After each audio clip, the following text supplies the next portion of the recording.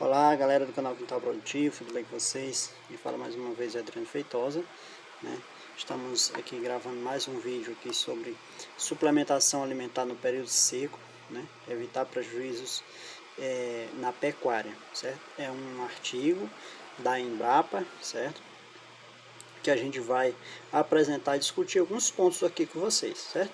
O período de estiagem entre junho e novembro, né, se estendendo até dezembro e às vezes alguns anos até dezembro, até janeiro, né, que eu diga, o que acontece muitas vezes? Perca de peso dos animais, declínio acentuado na produção de leite, né, diminuição na produção de leite, diminuição da fertilidade, né, tem até um ditado que vaca magra não dá cio, né, e não é só as vacas, cabras, os ovinos, né, também não dão cio. E um enfraquecimento geral do rebanho, que são esses pontos que a gente vai discutir aqui, vamos conversar no vídeo de hoje, certo?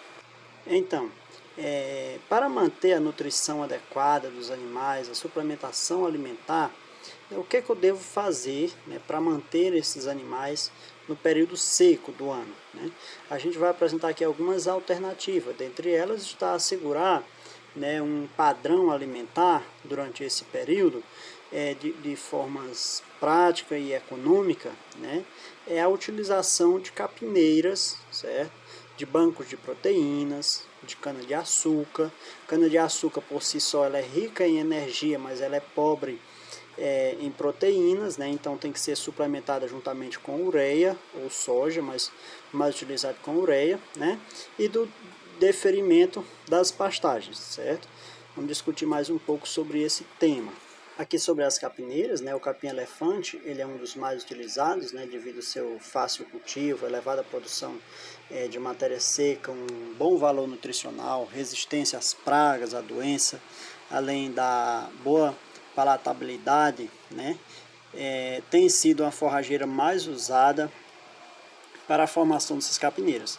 Em geral, um hectare de capim bem manejado pode fornecer forragem para alimentar 10 a 12 vacas durante o ano todo, diz um pesquisador da Embrapa de Rondônia, o Cláudio. Veja só, e ainda mais nos dias de hoje, certo? Esse aqui é um artigo que eu peguei um pouco ultrapassado, digamos assim, mas que tem um bom embasamento para as discussões de produção, né, de capineiras. Hoje nós temos o capim-açu, que tem uma elevada muito maior, né, produção de matéria verde, certo? E quando ele traz aqui, ó, capineira bem manejada, a gente sabe que a capineira ela precisa, né, ser cortada, ela precisa ter esse manejo para que ela não venha ficar ultrapassada, certo? Que ficando ultrapassada ela perde a sua palatabilidade, ela perde o seu valor nutricional e ela diminui assim a sua qualidade para o seu rebanho. Que ele fala mais à frente, né? Apesar de a capineira fornecer alta produção de forragem durante o período seco, apresenta maior rendimento durante o período chuvoso. Se nesse período a capineira não for manejada, né, ela ficará pesada e com baixo valor nutritivo. Ou seja, muita fibra e pouca proteína e digestibilidade, o que compromete na produção do animal, certo? Então ela precisa ser cortada, mesmo no período verde, certo? Se você não está precisando, você precisa fazer o manejo dessa capineira, cortar, ensilar, guardar ou fazer um feno, mas você não pode deixar ela lá.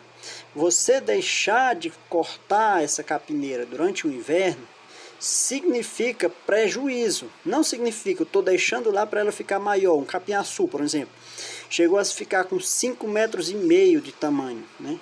Isso aí é um prejuízo enorme que você está tendo, porque ele vai ficar com muita fibra e pouco valor nutricional, que o animal vai se alimentar desse capim e praticamente não vai servir, vai comprometer a sua produtividade, tanto de leite quanto de carne.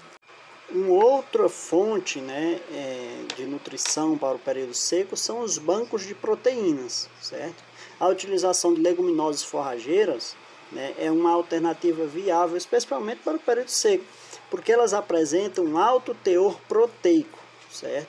Apresentam uma boa digestibilidade, né, maior resistência no período seco, os bancos de proteínas são o seguinte: são algumas leguminosas, certo? Como amendoim forrangeiro, a leucena, certo? O feijão guandu, certo? Temos outros tipos de leguminosas que podem ser utilizadas que têm um alto teor proteico. A moringa, por exemplo, é uma das plantas que hoje é muito utilizada e que também não está apresentada aqui nesse artigo, e que pode ser uma excelente fonte de proteínas, certo? Muito superior à leucena, certo? Alto teor de proteína e boa digestibilidade do animal, a moringa, certo? Excelente fonte de proteína para o banco de proteínas.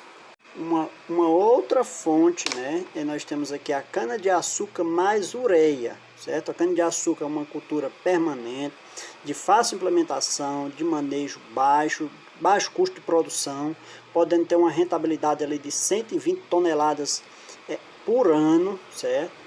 A recomendação dos seus cortes é a cada 12 ou 18 meses, a cada ano ou um ano e meio de um corte para o outro, né? Sendo possível uma suplementação de até 30 vacas durante o ano todo, certo? Isso significa o quê?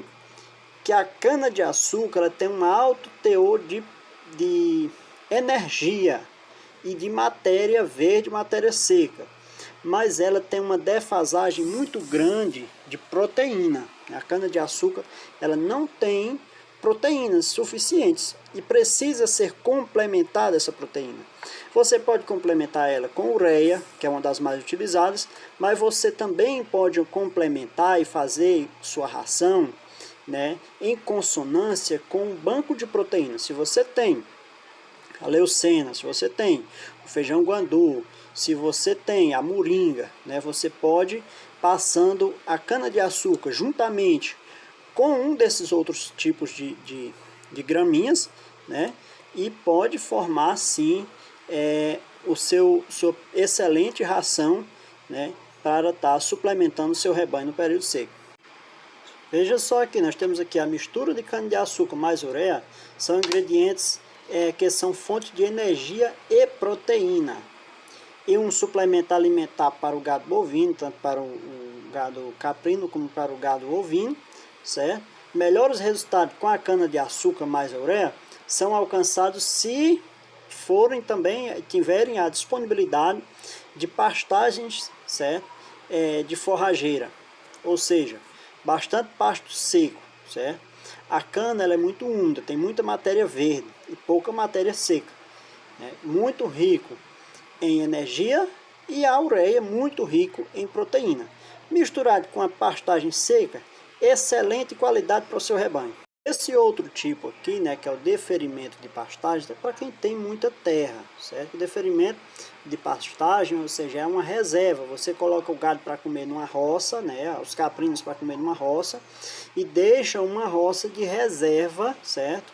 Um local onde eles não tenham acesso durante o período chuvoso, certo? Durante o período vegetativo, para que os animais não tenham acesso a essa roça. E no período seco você coloca os animais nessa roça. É uma opção apresentada aqui nesse artigo, mas que serve principalmente para quem tem muita terra, né? Para quem tem opções de estar dividindo a sua terra, formando essas roças de pastagens.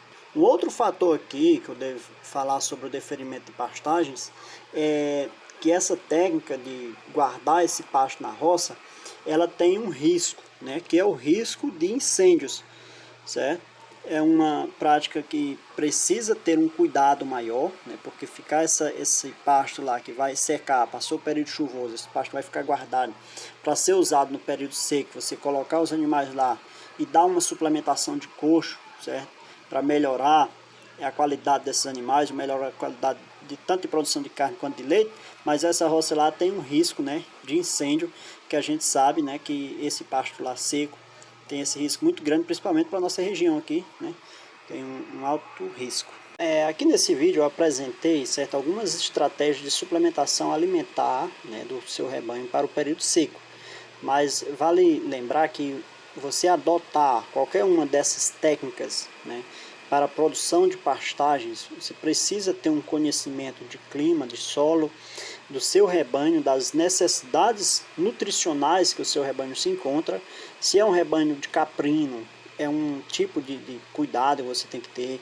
Se é um rebanho de bovinos, aí vai ter que definir, é um rebanho de bovino de corte, é um bovino de leite, né? Vai precisar de mais matéria verde, de mais um cuidado, se for o rebanho de leite, né? Você precisa ter um conhecimento de mercado, de produção desses insumos, né? Para que você não esteja produzindo em larga escala e que você não vá ter prejuízos e não vá ter não vai estar produzindo e sem ter, né, uma saída para essa produção sua, certo? Então aqui eu estou apresentando aqui esse artigo, foi retirado do site da Embrapa, está aqui a bibliografia, certo? Para que vocês possam acessar, possam estar visualizando lá também, certo? Obrigado a todos e até o próximo vídeo, se Deus quiser.